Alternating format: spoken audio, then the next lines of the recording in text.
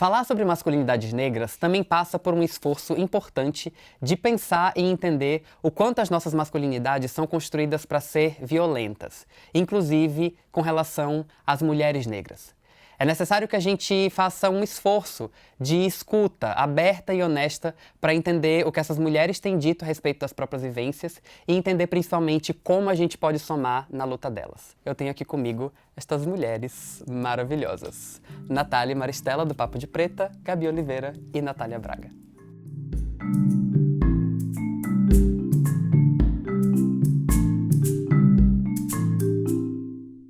Bom, meninas, uma alegria enorme ter vocês aqui. Obrigado por terem aceitado o convite para participar dessa discussão.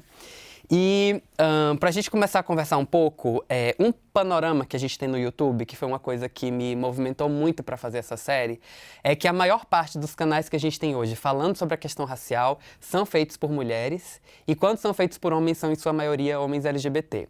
São poucos homens e homens héteros, quase nenhum, falando sobre a questão racial. Como que vocês leem essa questão? Como que vocês analisam essa situação? Eu acho que a primeira coisa que a gente pode pontuar é que pessoas negras normalmente entram no YouTube mais tarde.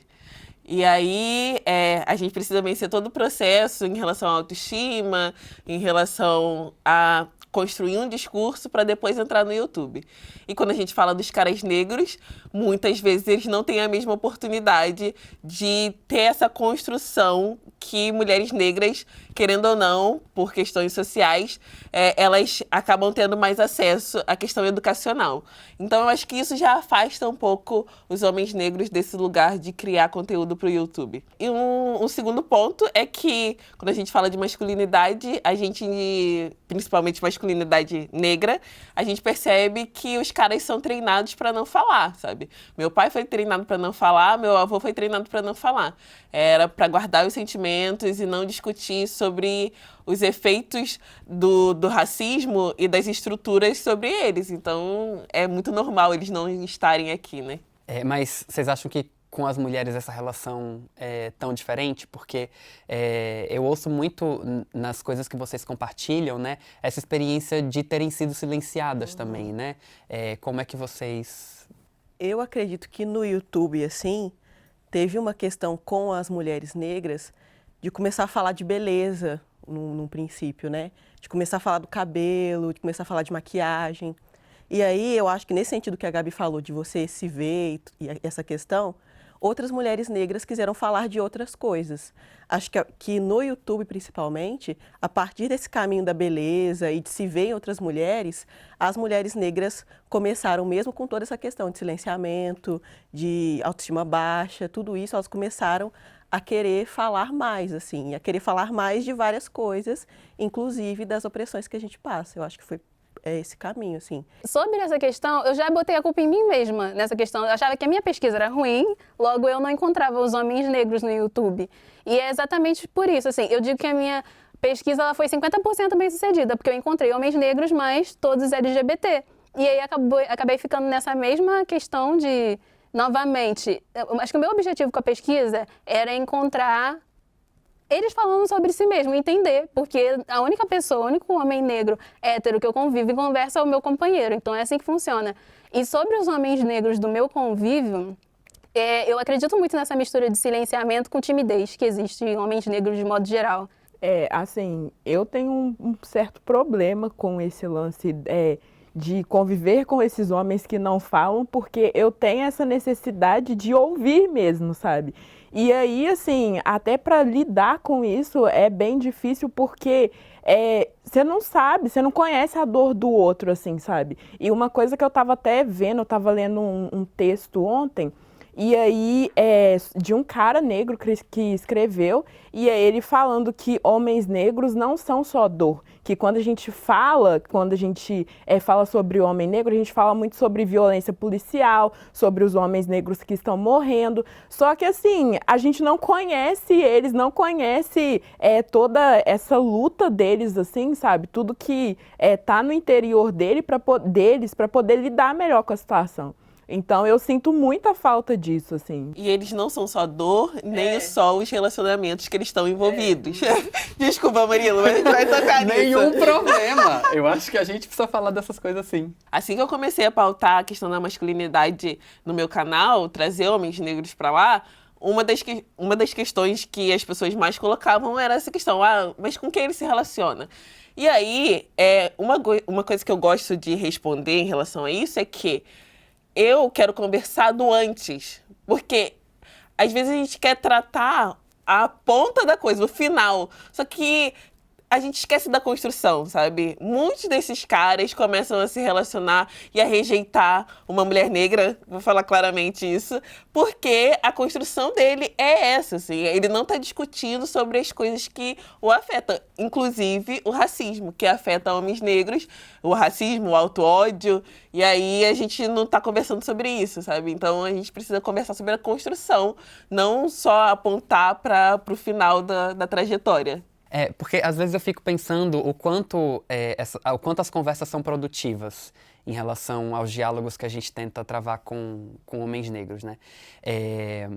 Eu acho que tem uma questão que é muito delicada, e é por isso que eu acho que às vezes homens negros precisam entrar um pouco mais no debate, é como a gente consegue falar sobre a construção e sobre esse processo de formação de uma masculinidade violenta, né? Entendendo que isso é uma construção, entendendo que nós somos formados para isso. Como que a gente consegue colocar isso tudo na pauta sem simplesmente tirar a responsabilidade dos homens negros sobre as dores que às vezes homens negros de fato provocam na realidade de mulheres negras, né? E eu acho que é bem importante, assim, que os caras entendam que a gente não tá em campos opostos, assim, sabe? Que o nosso intuito com tudo isso é somar, sabe? E que não dá pra gente lutar, assim, porque ficaria muito cansativo se a gente assumisse o fardo de lutar por todo mundo, assim. Não tem como a gente fazer isso. Então, é importante que eles entendam que a gente não é o inimigo, assim, sabe? Que a gente quer trazer eles para a luta justamente para somar. Não para jogar nada na cara, ou então para, sei lá, sabe, culpabilizar, entendeu? Mas para somar mesmo. Eu prefiro acreditar ainda que a nossa intenção, o nosso olhar não é de denúncia. Acho que a intenção aqui não é denunciar, mas ter esse projeto, essa construção coletiva. Às vezes a gente perde isso de vista, assim, tem muita briga, mas o foco é esse. É porque a raiva também... Né? De vez em quando a raiva sai, mas assim... E é legítimo que E é saia, legítima, né? super. Ninguém me ensinou a ser mulher negra num mundo machista, racista, sabe? A gente vai aprendendo mesmo, a gente vai dando tapa e levantando e caindo de novo. E às vezes o nosso emocional, ele tá abalado mesmo, sabe? E nem sempre, aliás, muitas vezes a gente não vai estar na didática, assim, a gente vai estar muitas vezes sofrendo com tudo isso. O racismo tá aí, o machismo tá aí, sabe? Então, acho que tem um lugar também de a gente de entender a nós, mulheres negras, e não esperar da gente sempre uma didática de mas você não está falando da maneira correta para chamar, sabe? Porque isso é cruel com a gente, sabe? E acho que nem é tão difícil para a gente chegar nessa conclusão do que você está dizendo, porque para nós é parecido em alguma medida, né? Homens negros não foram ensinados a ser homens negros numa sociedade racista, sabe? Como que a gente consegue fazer esse deslocamento de olhar para poder olhar para as coisas que mulheres negras têm falado sobre as nossas práticas, sobre as nossas atitudes, sobre como a nossa masculinidade é violenta, fazendo essa conexão, né?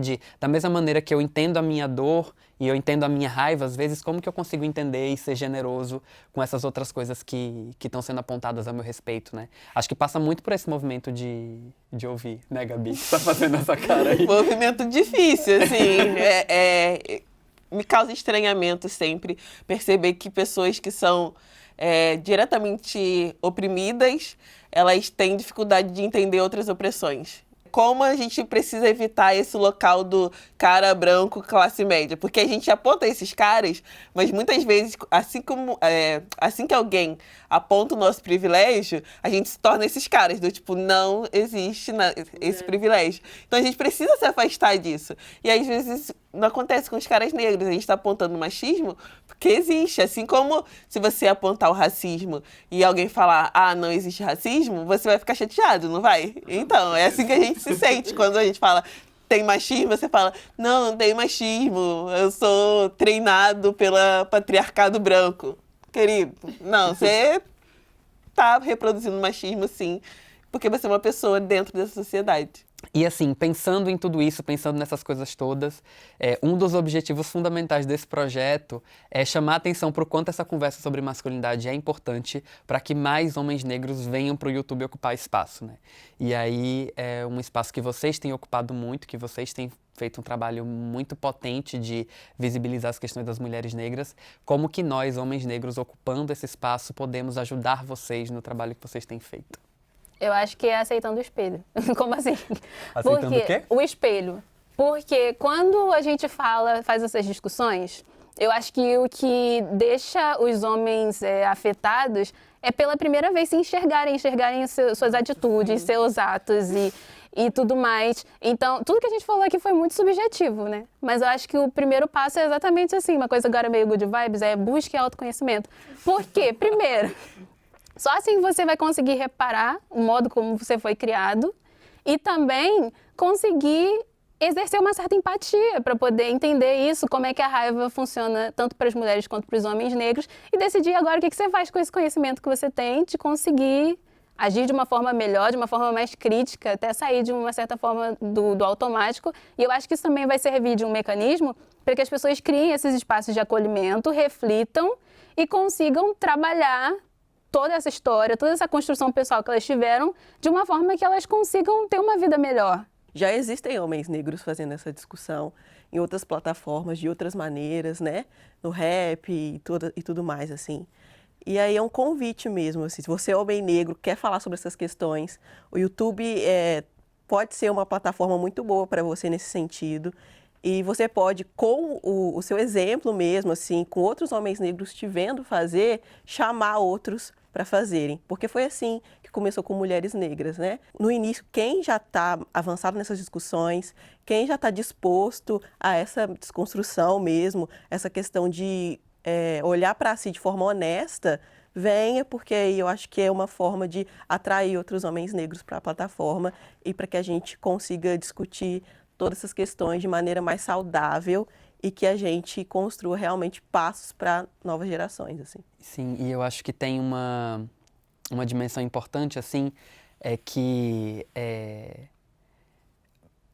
mais do que convidar quem está à vontade para falar,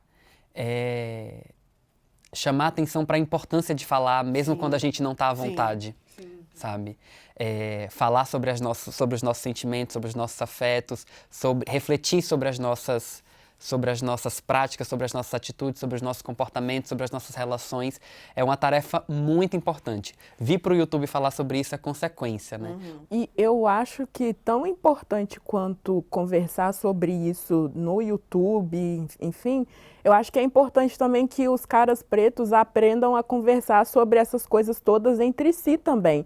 Porque eu, por exemplo, eu mudei muito, assim, depois que eu passei a ter contato com mulheres negras, passei a conversar mais sobre isso, conversar com a Maristela, trocar ideia, porque na maioria das vezes o que acontece é que a gente acha que aquilo é com a gente, assim, sabe? A gente acha que sei lá, o problema tá na gente. Só que não, quando você começa a conversar com outras pessoas que têm as mesmas vivências que você vê que não, que a culpa não é sua, sabe? E isso torna as coisas muito mais leves, assim. Então, acho que é super bacana que os caras comecem a fazer esse exercício de conversar entre si também. E eles precisam começar, né? Porque uma das principais causas da população negra de morte é a questão do infarto. Mano, vocês estão guardando tudo, e aí quando explode de vez, e você morre. Então, assim, é necessário, se tornou uma questão de necessidade, sabe? Abdias Nascimento já falava, né? Nós estamos num processo de genocídio. E esse genocídio, ele chega por vários lados. E aí, quando a gente começa a discutir, a gente percebe. Porque quando a gente fala genocídio da juventude negra, a primeira coisa que a gente pensa é na morte através da arma de fogo, etc. Mas não, tem outros processos que nos matam hoje. E estão matando, majoritariamente, caras negros. E quando esse cara negro morre, a gente começou o vídeo falando sobre como nós somos afetadas por esses caras, né?